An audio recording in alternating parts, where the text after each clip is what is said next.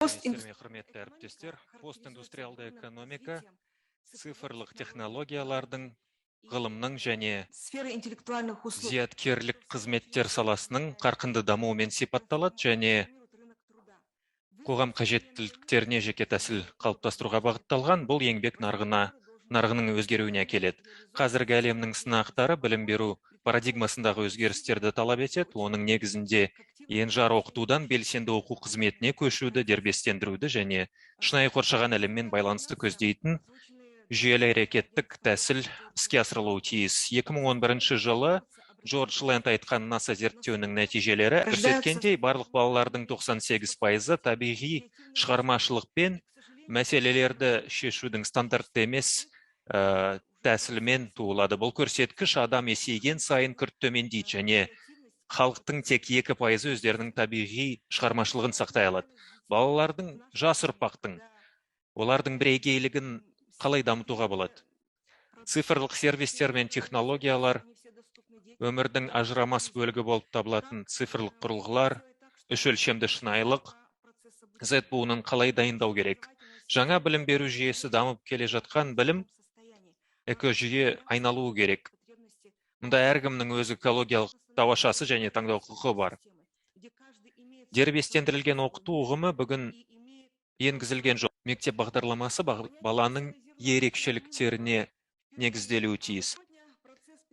Бүгінде дербестендіру процесі цифрлық технологиялардың, яғни инфодемияның дамуына және еңбек нарығының жаңа талаптарына байланысты жеделдетілуде.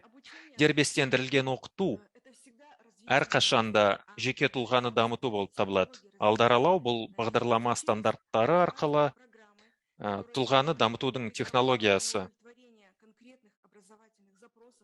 Олар арнайы білім беру сұраныстарына белгілі бір оқушыға бағытталуы тиіс. Баланың өзін-өзі реттеу, өзін-өзі дамыту сияқты құзыреттіліктерді дамыту үшін жауапкершілікті өзіне алатын болады. Дербестендірілген оқытуды қалайша ұйымдастыру керек?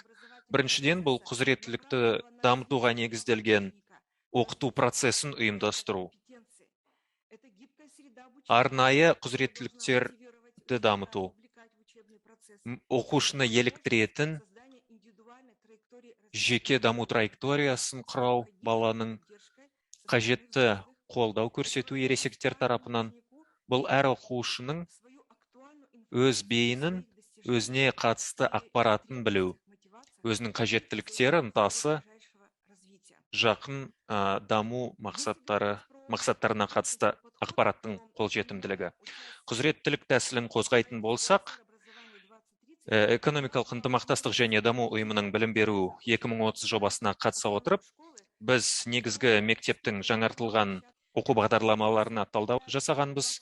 Сарапшылар 5 топқа біріктірілген 28 құзыреттілікті анықтаған. Сауаттылықтың негізгі түрлері, дағдылар, қатынастар, құндылықтар, түйін ұғымдар, қайта құру құзыреттіліктері және кешенді құзыреттіліктер.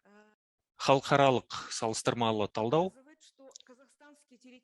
Қазақстандық теориялық куррикулум жеткілікті дәрежеде құзыреттіліктерді дамытуға бағытталған көрсетті. Алайда бұл теориялық куррикулум. Жалпы куррикулумның үш түрін ажырату маңызды. Теориялық, іске асырылатын, бұл мұғалімнің оқытылатын мазмұны және қол жеткізілетін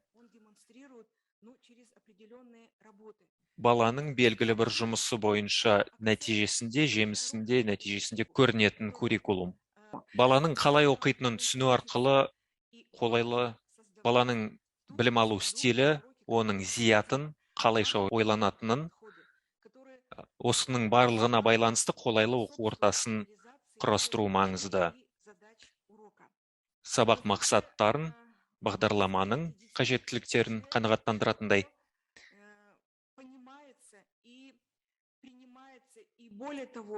Балалардың ақпаратты қабылдауындағы айырмашылықтар, түрлі оқыту стильдері, шығармашылық тәсілдемені қолдануға ынталандырады. Мінекей елімізде де, шетелде де танымал ұстаздар Асхат Жұмабеков Ұлан Үсенов екеуі де пән мұғалімдері өз сабақтарын қызықты, химия секілді күрделі пәнді өте қызықты нұсқада береді.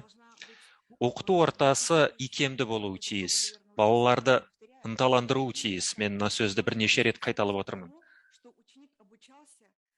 Оқушыны еліктіріп, өз қарқынымен, өзіне ыңғайлы түрде оған қызықты болатындай етіп оқуы тиіс.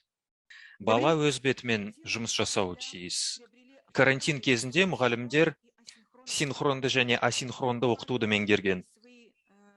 Әр мұғалімнің өз тәсілдері, тәжірибесі, оқыту ресурстары, үйренген оқыту ресурстары бар. Түрлі платформалар бар, қолжетімді, Teams, Canvas секілді. Мен сонымен қоса онлайн мектеп білім беру платформасын атап қойғым келеді.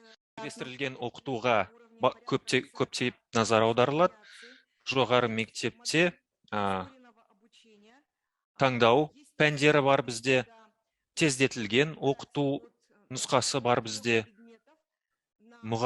Оқушы бір немесе үш пәнді өз бетінше таңдай алады, өзіне ыңғайлы қарқынмен оқи алады. Қазіргі уақытта NIS онлайн дербестендірілген білім беру платформасын құру жұмысы жүргізіліп жатыр.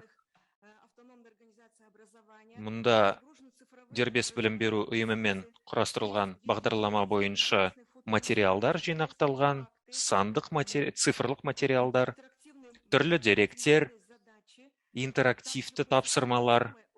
Әр тақырыптан кейін 9 түрлі тесттер келтіріледі. Соның арқасында оқушы өзін жиынтық бағалауға дайындайды болады.